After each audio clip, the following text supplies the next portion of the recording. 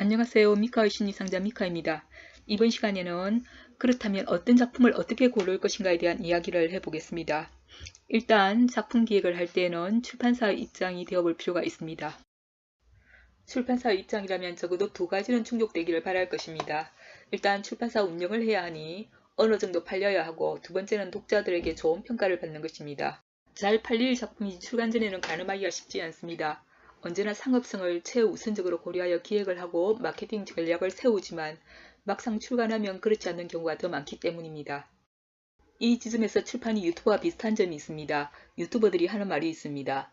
몇몇 케이스를 빼면 동영상을 만들어 던져보기 전에는 네티즌들의 관심을 받을 수 있을지 예측하는 것이 쉽지 않다고 하더군요.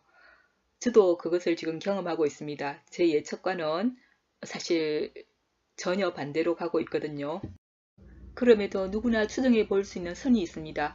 동영상 내용이 대중적이라면 더 많은 사람들이 볼 것이고, 다소 전문적이거나 나만 좋아하는 주제의 성격이 짙다면 그것을 기대하는 것은 쉽지 않을 것입니다.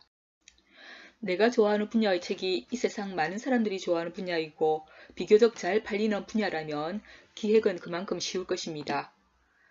내가 좋아하는 책이 나만 좋아할 가능성이 높은 책이라면 기획은 그만큼 쉽지 않을 것입니다. 우리나라에서 기획이 비교적 용이해 보이는 분야는 경제 경영서로 보입니다. 경제 경영서만을 전문으로 내는 출판사들이 비교적 많은 데다 어느 정도 팔리는 분야로 알려져 있기 때문입니다. 그리고 독자층이 많다고 해도 기획이 쉽지 않아 보이는 분야가 있는데, 제 경험상으로는 외국 소설입니다. 이전에 제가 사파이어의 책이라는 장편 소설을 번역한 적이 있었습니다.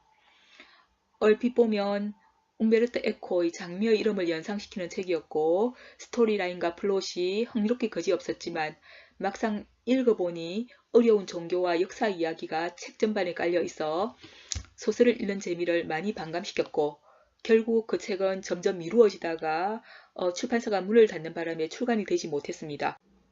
한마디로 직접 읽어보기 전에는 파악하기 힘든 부분이었습니다. 궁금하게 여기시는 분들이 있을 것 같아 말씀드리면 번역료는 받았습니다.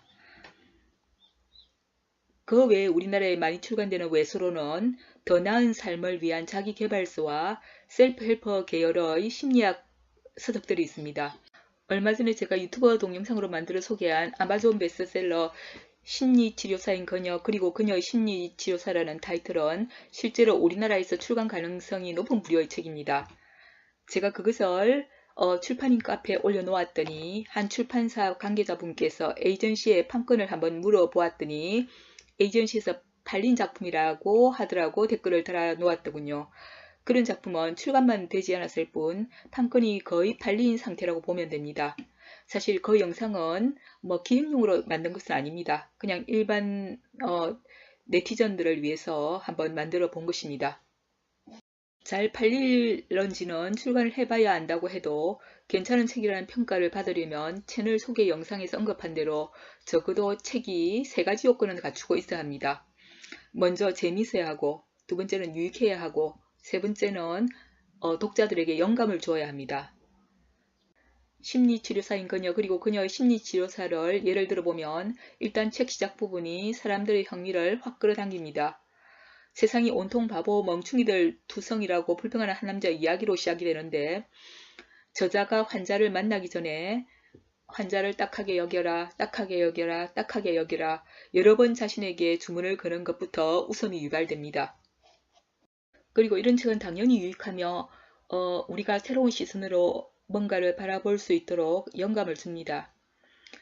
심리치료사에게도 심리치료사가 있다는 이야기는 의사들이 병원에 갈 일이 없을 것이라고 우리가 추측하는 것을 바꾸는 힘이 있습니다. 이 저자의 책이 이전에 우리나라에서 성공한 적이 있다면 당연히 폭발력은 더 강할 것입니다. 또 다른 한 예로 이전에 존 그레이라는 심리학자의 화성 남자 금성 여자 이야기는 미국뿐만 아니라 우리나라에서도 히트를 했습니다. 첫 출간 이후에 반응이 뜨거웠고, 그 이후에 나오는 족족 우리나라에서 상당히 팔렸고, 결국 그 저자는 우리나라를 방문하기도 했습니다. 그 다음으로 원서를 어디서 어떻게 선택하는지 혹은 어떻게 고르는지에 대한 질문이 나올 수 있습니다. 아마존 책 부분에 들어가 검색창에 자신이 원하는 컨셉의 제목 키워드를 만들어 넣은 후에 검색 결과로 나오는 책을 살펴볼 수도 있습니다. 쭉 나오니까 살펴보면 됩니다. 혹은 베스트셀러 차트에서 자신이 선호하는 분야의 책을 하나 클릭한 다음에 그 책을 중심으로 비슷한 계통의 책들이 주변에 나타나니까 연관도서를 살펴보는 방법도 있습니다. 아마존은 유튜브와 비슷한 구조로 되어 있어서 어떤 책을 우리가 보면 비슷한 계통의 책들이 서로 망처럼 연결되어 있습니다. 그 망을 타고 꼼꼼하게 살펴보시면 좋은 책이지만 우리나라에 출간이 안 된 책들이 가끔 있을 수가 있습니다. 그런데 실제로 보면 우리나라에 정말 많은 책들이 출간이 되어 있습니다. 참고로 이전에도 말했듯이 베스트셀러와 오래된 책은 제외하는 것이 좋습니다. 다 그렇지는 않다고 해도 베스트셀러는 경험상 판권 계약이 되어 있는 경우가 많고 오래된 도서는 앞에서 제가 몇 번이나 언급한 것처럼 판권이 확인되지 않는 경우가 많습니다. 이전에 한 유명한 번역가는 자신이 구입한 원서 뒤쪽에 있는 참고 문헌 속에서 책을 고른다고 말하는 것을 들은 적이 있습니다. 좋은 책이기 때문에 참고 문헌에 들어가 있다는 측면으로 생각하면 이해가 되고도 남습니다. 감사합니다. 사실 채널을 만들었지만 번역만으로 재미가 없을 것 같아서 다른 카테고리들도 넣었습니다. 재미로 보시고 구독 부탁드릴게요.